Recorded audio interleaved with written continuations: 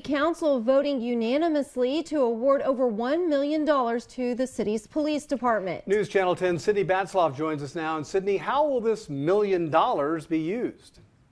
Greg, Lindsay, through these contracts awarded by the city, the Amarillo Police Department will be receiving new and updated equipment along with technology. This is all to better serve our community and keep Amarillo safe. New and updated tasers will soon be in officers' holsters. Over $1 million of taxpayer money will fund 250 tasers. This will get everybody on the same newer model. Make sure that it's still effective and works the way it's supposed to.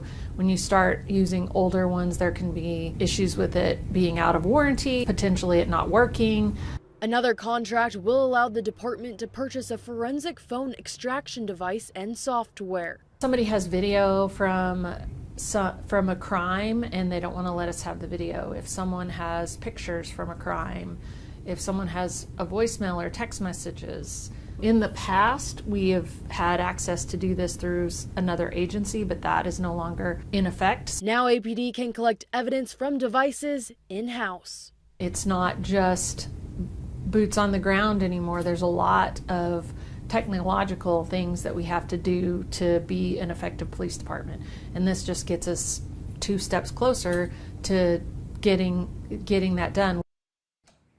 The Amarillo Police Department says it's thankful our city government, along with the community, understands how this helps better serve Amarillo. Lindsay, back to you.